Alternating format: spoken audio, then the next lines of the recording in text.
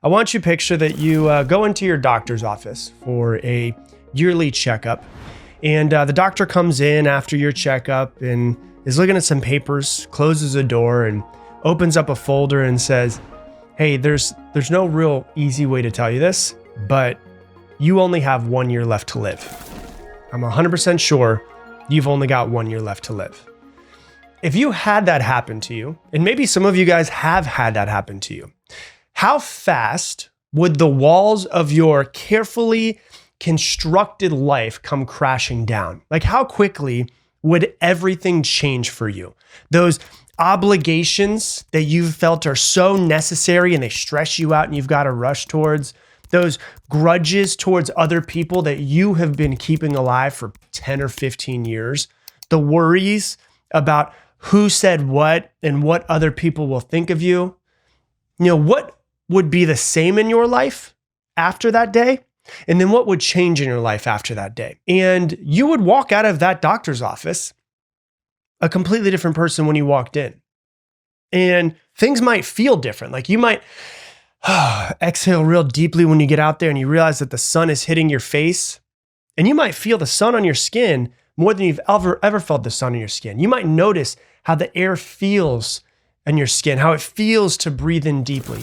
Something inside of you would probably wake up because you suddenly see everything in ultra high definition. Like you're more present to the little things in your life than you probably have been since childhood. And so this idea of the impending death that we all have coming for us is the idea of Memento Mori, which is an ancient Stoic reminder.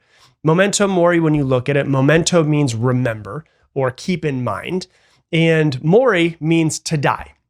And basically what it translates to is remember that you must die. And so Stoicism, which is an ancient Greek philosophy that's been around for a few thousand years, teaches wisdom and virtue and how to have inner peace, all by focusing on only what you can control and then accepting the things that you cannot control. And the Stoics weren't trying to depress you or depress themselves by saying, hey, memento mori, remember you're going to die. What they're really trying to do is to wake you up more than anything else. Like the point of the whole thing is just to wake up from the sleepwalking that we all do through life, the automatic, we wake up, do the same things, same stuff every single day. And it's basically to get out of your head, to get out of your worries, to get out of your stress, and to feel the actual present moment, to be as present as you possibly can. And I wanted to talk about this today because this morning, Lauren and I and the baby, we went to go get breakfast. And on the way to breakfast, there was a funeral that was going on. That was just, you could see it from the side of the road. We passed this graveyard. There's a funeral that was going on. And we noticed it as we were going by. We didn't really say anything. And then as we were coming back, we noticed that everything was starting to end with the funeral. And so we had this conversation about, isn't that crazy? Like, look at thousands of headstones. There's thousands, it's huge, this graveyard that we go past. And we're sitting there looking at them, we're like, that's crazy. Like, we're all going to be there. There's no way around it. We're all going to be there one day. And so then we had this conversation about like memento mori and just remembering death. And so I was asking her, like, how often do you think about death? She's like, pretty often. How often do you think about death? And I was like, actually, pretty often as well.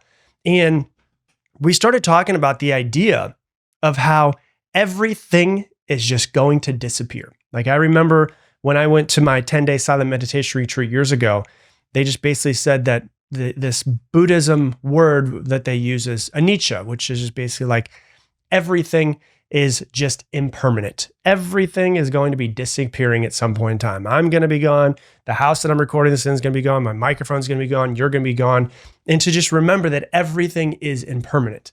And we will be right back. Hey, I want to interrupt today's episode to tell you about my sponsor. It is me, myself. If you didn't know, I obviously have some coaching programs outside of the podcast to help you learn and grow and become a better version of yourself. Step-by-step programs and processes to help you become better in your life and create the life that you want. If you want to learn more about it, you can go to coachwithrob.com. Once again, coachwithrob.com. Check it out.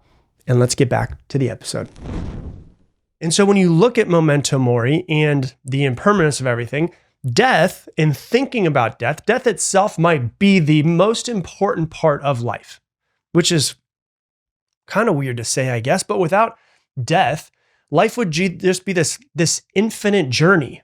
Like, imagine reading a book that never ends. Like, there's no climax, there's no resolution, there's no reason to care about the next page because there's always more. That's like not that exciting if you think about it.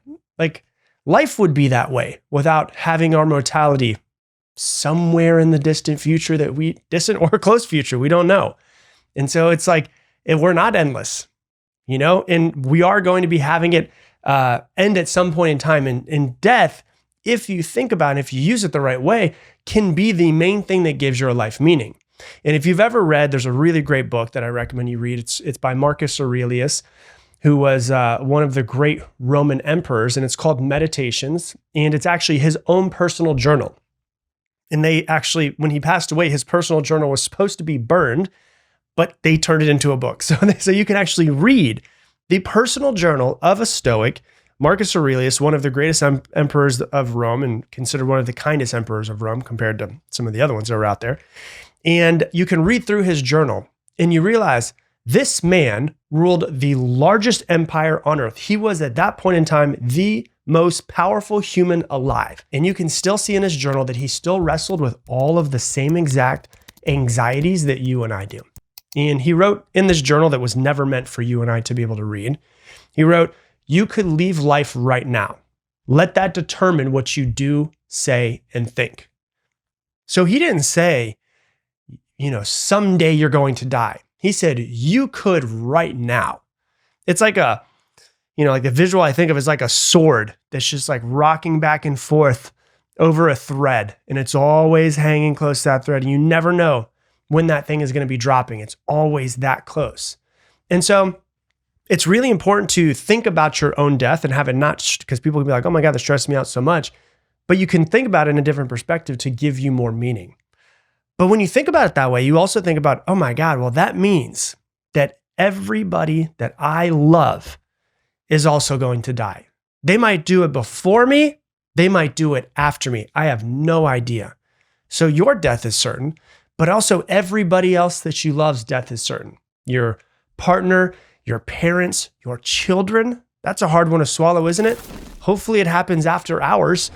Your best friend, and you don't have any idea when it's going to happen. And that's not to be morbid. It's really to bring as much clarity as possible to your life. It strips the illusion of someday away.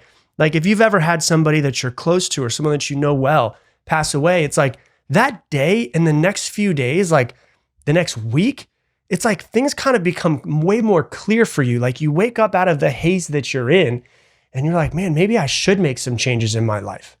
Like it makes everything more urgent. It makes love more urgent. And Seneca, who is also a Roman Stoic, in his journal wrote to himself, he said, let us, as if he's talking to himself, him and himself, let us prepare our minds as if we'd come to the very end of life.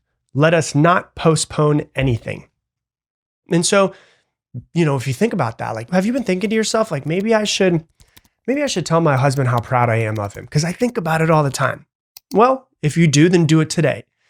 Do you think to yourself, like, I really think maybe I should apologize to my sister? And you've been thinking about that for a little while? Do it today. If you want to say, I love you, even though you're terrified to say I love you to somebody, maybe it's the first time, do it today. Because one day, all of those words, all of the things that you want to say will be 100% impossible to speak. And so the reason why I think this is so important is because I remember, and I've spoken about this kind of on the podcast before, but I remember, my father passed away when I was 15. And I remember being in the place where they held the funeral, the inside before everybody else came in.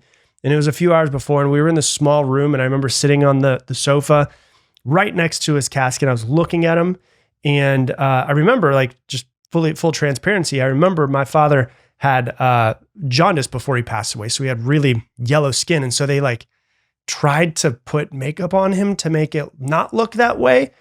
And I was like, this doesn't even look like him. But I remember looking at him and sitting there and be like, holy shit, this is the first person that I've ever known and been close to that's actually passed away.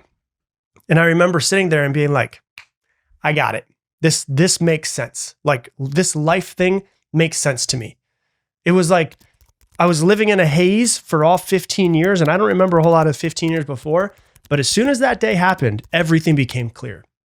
And I always say it was the worst day of my life and also the best day of my life. The reason why it was the best day of my life, because it woke me up to get your together at 15 years old.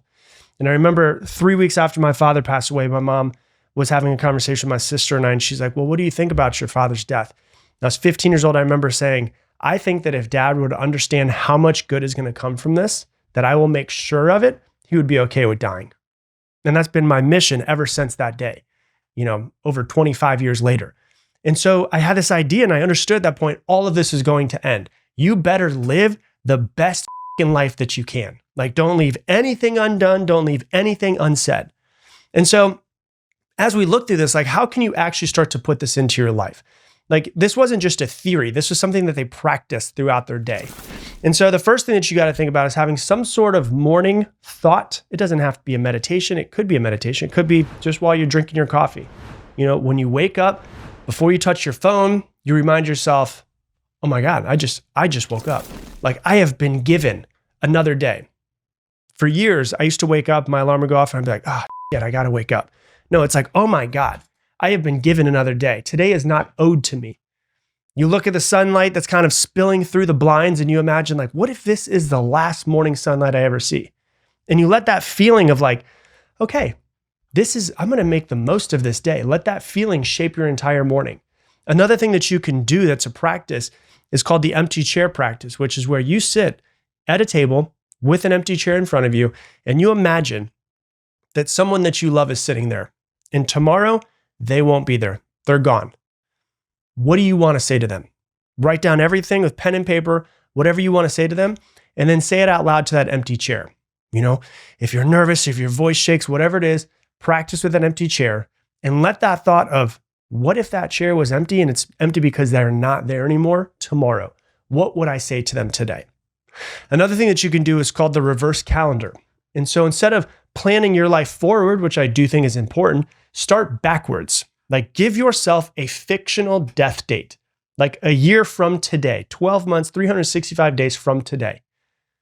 If that was the case, what would suddenly become irrelevant in your life? What suddenly becomes extremely urgent in your life?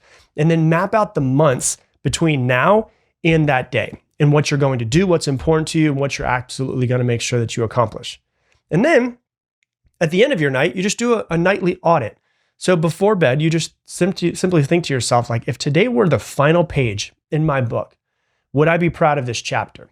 And you don't ask this question to punish yourself, because that's what a lot of people will do. Oh my God, I didn't take today and do as much as I could have. And then you start to guilt yourself and shame yourself and all of that. No, you don't ask the question to punish yourself. You use it so that you can course correct tomorrow. And you're course correcting every night until you start to build out perfect days for yourself. And so when you look at this, like, the reason why I like to talk about this is because there's a lot of people, like, one of the number one fears, like the number one fear goes between 1 and 2, I guess. There's like public speaking and death are those two things. If so many people are afraid of death, like, I'm not afraid of death as much as I am as a life that's unlived.